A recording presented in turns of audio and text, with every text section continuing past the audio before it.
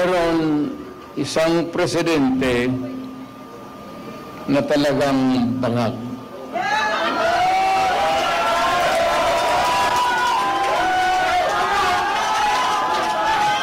Hindi naman buang,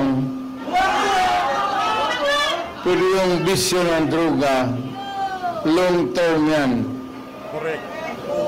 Maging ulol si Marcos, yan ang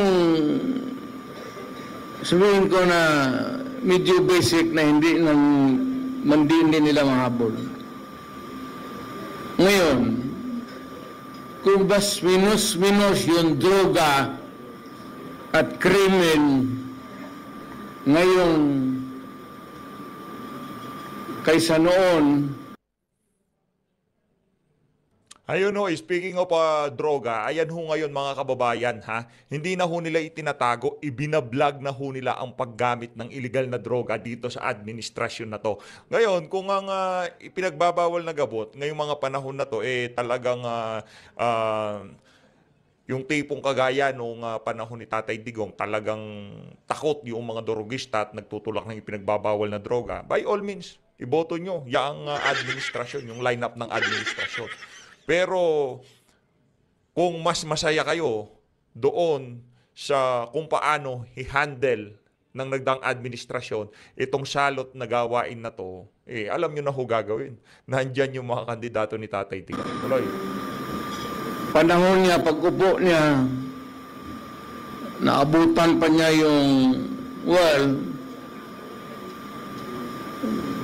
yung pinapairal natin na law and order. Kung kaya niya ito, kung kaya niyang putang ina.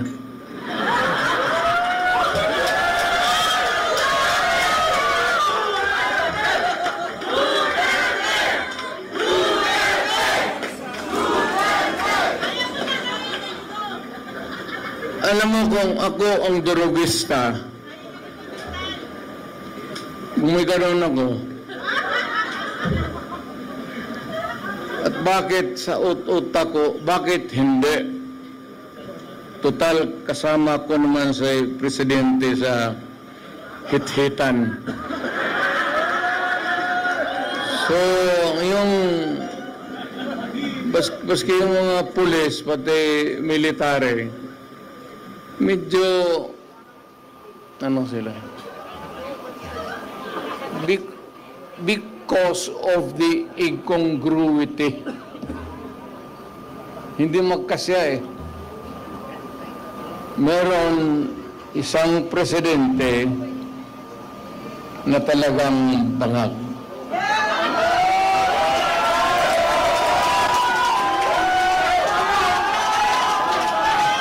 Hindi naman buang, pero yung bisyo ng droga, long term yan. Correct. Maging ulol si Marcos,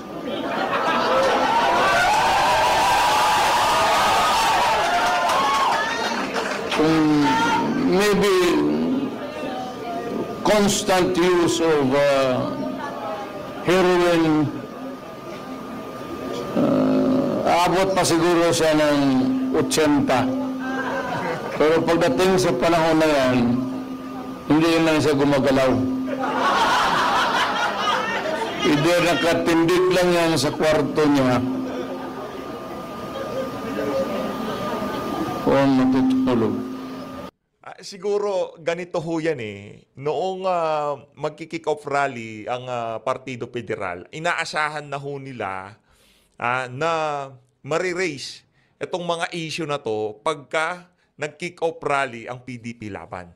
So ang nasa utak nila, inunahan na ho ni Marcos Jr. Kumbaga inunahan niya ng banatan itong mga kandidato ni Tatay Digong. Kesyo pinabili na suka. Ngayon, ang ganda ng atake ng ating mga kandidato. Talagang lalo lang, kumbaga gusto silang kumbaga pagmukhang mahinang klase, walang mga pinag-aralan, nagkalitaw-litaw ho pala, ang tataas ng mga pinag-aralan. Yung kanilang mga educational attainment, yung kanilang mga experience sa public service, kung yung kanilang prinsipyo, yung kanilang paninindigan, talaga hong na-emphasize yung mga ganong karakter ng ating mga kandidato. Kaya maliho talaga ang atake nitong si Marcos Jr. Ngayon, sasagot na ho itong si Tatay Digong. Matindi ho yan. Yung hindi lang ho pala pulburon ang binabanatan nitong si Marcos Jr. Hero ho, hero. Hero ho binabanatan niya. Ganito na lang, marami tayong problema. I think the Marcos government has fallen short of the expectations. Ako, hindi ko ma-compare kasi pwede kong sabihin, mas mabuti siya ngayon kaysa aking panahon. I can even concede na ganon ang nangyari. Pero it would not be a good reason for you to solve the problem just because you are doing right, more rights than the wrong ones that the other guy had committed in the past. Nang ibig sabihin niya, kung sabihin, wala yung si Duterte, mahina kasi gano'n, okay. But it's not me. It's the Filipino people. Ang tignan mo ang Pilipino, huwag kang magturo dyan sa mga kalaban mo, kagaya ko, kasi ako, hindi na ako kandidato.